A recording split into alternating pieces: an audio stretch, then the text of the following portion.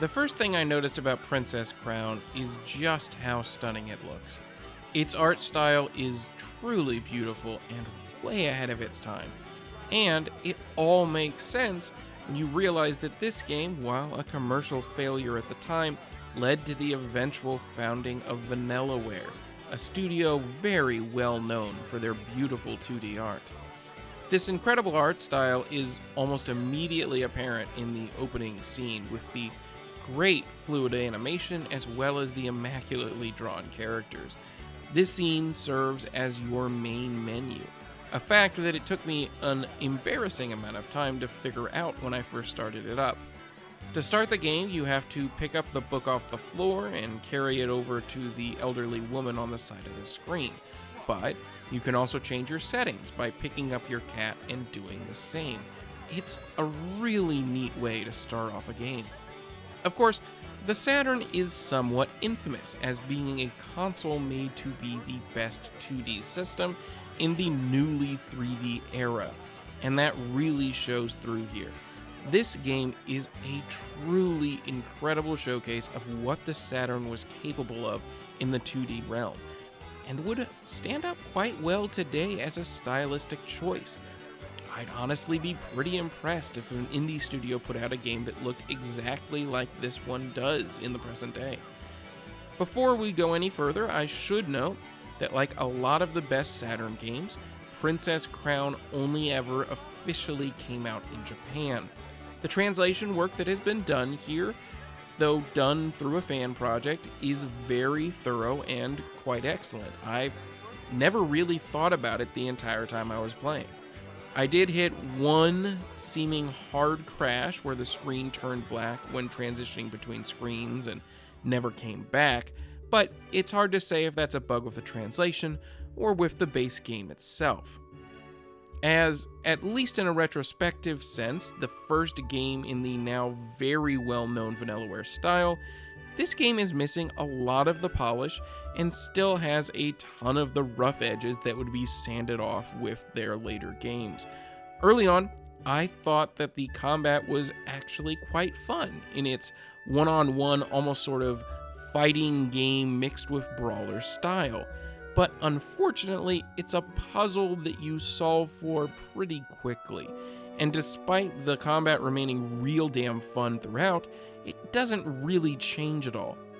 This can mean that it really gets to be a bit tiring if you keep running into enemies over and over again, which makes it even more unfortunate that the way that these fights crop up is by you roaming through desolate environments until you just happen upon a fight to be had.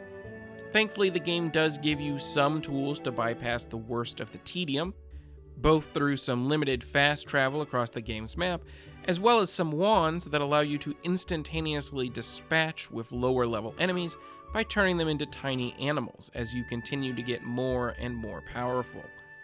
Another thing that really bothered me as I made my way through the more combat-focused areas of the game were the goblins. There's this really obnoxious mechanic where goblins will pick up any items dropped on the ground in these open areas after a very short amount of time. The first few times it happened, I found it to be a cute little quirk of a mechanic specific to the game, but the more I saw it, the more it bothered me. It means you have to be very quick about grabbing things before they just disappear, and it's quite easy to miss out on items because of this. Though I'll admit it was a lot more frustrating early on when my inventory wasn't constantly full to bursting with better than average items anyway. In fact, you end up spending quite a lot of time in general just managing your inventory since you can't stack items, even if they could be stacked together if you pick up 3 of them in a go. If you pick up 2 and then another 1, you can't stack them together. Plus, you just have a really limited amount of inventory space in general, meaning you'll have to spend a ton of time fiddling with it, despite the inventory expansions you'll eventually pick up. There are a few reset points in the game's power and upgrade curve if you want to see the full game through, though. Princess Crown has a few different campaigns that you can play through consecutively, though unfortunately they have wildly variable quality. I had a lot of fun with the first scenario you play through, though even it started to show cracks by the time I got to the end. But the game really started to feel artificially inflated and drag a whole lot as I made my way through the other campaigns. If I wasn't reviewing the game, I almost certainly would have dropped it a whole lot earlier. And it doesn't help that you have to backtrack through a bunch of the same areas, sometimes even having to ascend the same tower/dungeon twice, practically back to back. I'd highly recommend most people just stop when they get to the end of the first and largest scenario. In all of these scenarios, the paths between towns or locations are linear, quite literally straight lines as far as the game's interface is concerned. You'll often have to speak to the right person in town in order to unlock the path to get to the next location, as well as to find side quests. In short, just talk to literally everyone in the town so that you don't miss anything, and make sure you go everywhere, since some of the quests give you some incredibly valuable items that can help you out a lot in combat. Making my way through those towns, it wasn't long until I started to notice the obnoxiously constant loading screens. And the music also cuts out whenever you hit a loading screen, which happens every time you even just enter another room, and then cuts back in, meaning you hear the first few seconds of that song over and over again. The loads themselves are obnoxious enough, but together with the looping soundtrack, it really got on my nerves, especially at times where I was already getting frustrated with the game for other reasons. To be sure, this was absolutely a common problem with CD games of the era, but that doesn't make it any less annoying in this specific case. Now, you can't just completely ignore the towns because they're annoying. You will have to make extensive use of those towns' facilities, since you'll want to be incredibly judicious when it comes to saving. Dying is a hard game over, and you get booted back to the main menu to load your last save, which, as it usually does in these sorts of games, led to some incredibly frustrating moments where I lost a pretty significant amount of time. Even though the game isn't particularly difficult, there were just some scenarios where I messed up a little bit and lost a bunch of times I had just spent. An important tip with regards to this is always keep some return and exit scrolls on hand for emergencies, and at least you can keep all your experience and items when you have to run through that huge chunk of the game a second time.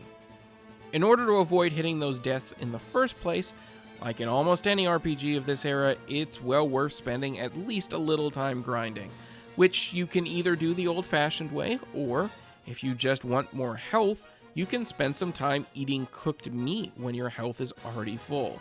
And yes, despite its more brawler-like combat, Princess Crown still absolutely has all the hallmarks of the JRPG. Random battles, difficult level curves, insta-sleep in, and limited save points. Ultimately, Princess Crown is one of those Japan-exclusive Saturn games that feels so incredibly ahead of its time. One of those games that has made me fall in love with the Saturn over the last few years, and games like it really make you wonder what would have happened if the Saturn had succeeded in the West. There's a ton of blunders that affected the Saturn's chances, especially when it came to its boondoggle of a launch here in the States. And of course, yes, tastes were very different back when the Saturn came out.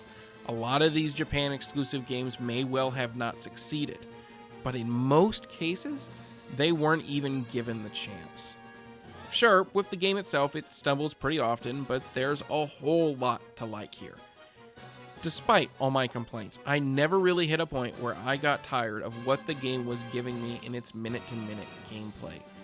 It's important to come to Princess Crown not expecting something close to what some of the same people would make it Vanillaware later on in their careers, despite how incredible the art already looks here. Think of it as a prototype for those later titles, and one that has plenty of issues. And I think a lot of people, especially fans of those later games, will have a truly fantastic time making their way through this one.